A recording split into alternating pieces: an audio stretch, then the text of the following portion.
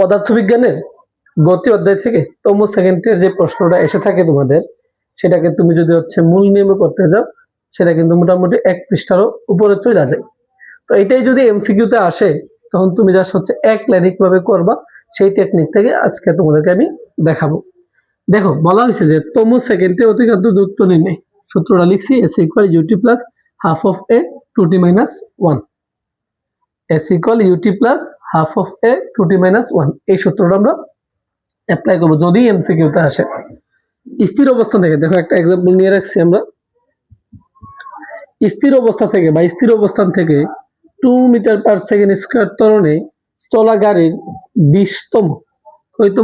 20তম সেকেন্ডে অতিক্রান্ত দূরত্ব নির্ণয় করো। কি নির্ণয় করো? অতিক্রান্ত দূরত্ব নির্ণয় করো, অর্থাৎ s নির্ণয় করতে বলছে আমাদের। আমি যদি এটাকে মূল নিয়ম করতে চাই, তাহলে আমাদের প্রথমত 19 সেকেন্ডে একটা দূরত্ব বের করতে হবে এবং 20 সেকেন্ডে একটা বের করতে হবে।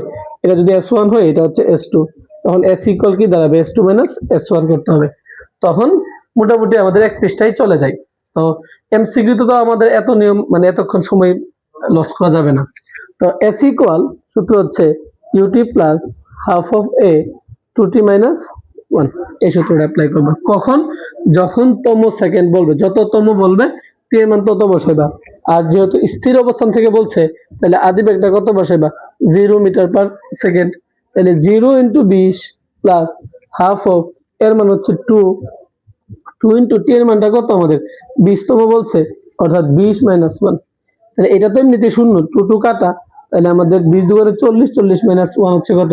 39 মিটার।